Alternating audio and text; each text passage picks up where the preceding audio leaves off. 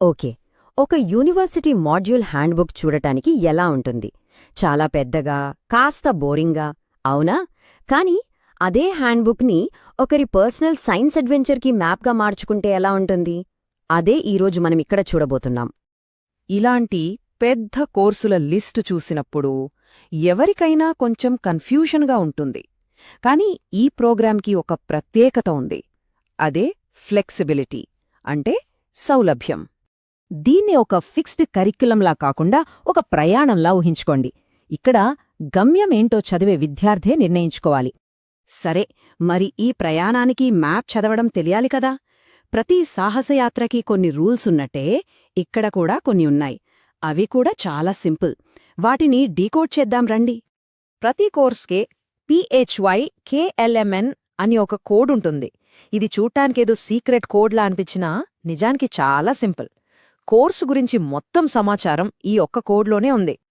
ఆ కోడ్ని విడతీసి చూస్తే K అంటే ఏ సెమిస్టర్లో తీసుకోవచ్చో చెప్తుంది. L అంటే అది థియరీ కోర్సా, ల్యాబ్ కోర్సా లేక ఎక్స్పెరిమెంటల్ కోర్సా అని చూపిస్తుంది. ఇక MN అదొక యునిక్ నంబర్, అంతే. చాలా సింపుల్ కదా. ఇక ఈ ప్రయాణంలో కరెన్సీ ఏంటంటే క్రెడిట్ పాయింట్స్ లేదా సిపి. ఒక్క సిపి అంటే సుమారు 30 గంటల పని అన్నమాట. అంటే క్లాసులు, చదవటం, ప్రాజెక్టులు అన్నీ కలిపి. సరే, ఇప్పుడు రూల్స్ తెలుసుకున్నాం. మరి ఒక విద్యార్థి తన సొంత స్పెషలైజేషన్ను ఎలా క్రియేట్ చేసుకుంటాడు? ఇక్కడే ఈ ప్రోగ్రాం అస్సలైన ఫ్రీడమ్ కనిపిస్తుంది. ఈ ప్రోగ్రాం హ్యాండ్బుక్లోనే చాలా స్పష్టంగా చెప్పారు, ఫిక్స్డ్ మాడ్యూల్స్ ఏవీ లేవు అని. ఎందుకంటే విద్యార్థులు వాళ్లకి నచ్చిన ఫోకస్ని వాళ్లే సెట్ చేసుకోవాలి, వాళ్ళ అడ్వైజర్స్తో మాట్లాడి. సో ఇది ప్రాక్టికల్గా ఎలా ఉంటుంది? ఉదాహరణకి ఆస్ట్రోపార్టికల్ ఫిజిక్స్లో ఇంట్రెస్ట్ ఉందనుకోండి. అప్పుడు డిటెక్టర్ ఫిజిక్స్, ఆస్ట్రోపార్టికల్ ఫిజిక్స్, దానికి సంబంధించిన సెమినార్ ఇలాంటి కోర్సులు తీసుకుని ఒక స్పెషలైజేషన్ బిల్డ్ చేసుకోవచ్చు. కానీ ఇక్కడే అసలు మ్యాజిక్ ఉంది. అదే డిటెక్టర్ ఫిజిక్స్ కోర్స్ మెడికల్ ఫిజిక్స్కి కూడా ఫౌండేషన్ కావచ్చు. దానికి medical physics introduction, radiation therapy లాంటివి యాడ్ చేస్తే పూర్తిగా వేరే దారిలోకి వెళ్ళిపోవచ్చు. అంటే ఇదొక మిక్స్ అండ్ మ్యాచ్ సిస్టమ్ అనమాట. ఎవరి సైంటిఫిక్ ప్యాషన్కు తగ్గట్టు వాళ్లు కోర్సులను డిజైన్ చేసుకోవచ్చు. ఈ మెయిన్ స్పెషలైజేషన్స్ మాత్రమే కాదు, ఈ క్యాటలాగ్లో ఇంకా చాలా ఆశ్చర్యపరిచే కోర్సులున్నాయి. అవి ఈ ప్రోగ్రాంకి ఒక యూనిక్ టచ్ ఇస్తాయి. ఉదాహరణకు ఫిజిక్స్ ఆఫ్ సేలింగ్, పడవలు ఎలా నడుస్తాయో దాని వెనకున్న ఏరోడైనమిక్స్, నావిగేషన్ గురించి తెలుసుకోవచ్చు.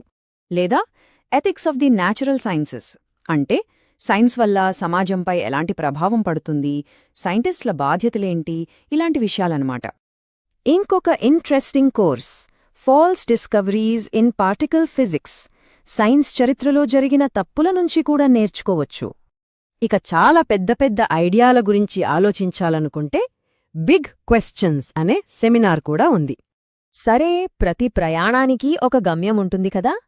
ఈ మాస్టర్స్ ప్రోగ్రాంలో ఆ ఫైనల్ గమ్యం ఒక ఇండిపెండెంట్ రీసెర్చర్గా మారడం.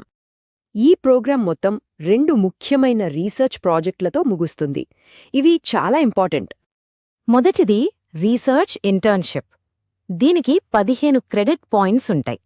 అంటే ఇది ఒక విద్యార్థిని నిజమైన రీసెర్చ్ గ్రూప్లో భాగం చేస్తుంది.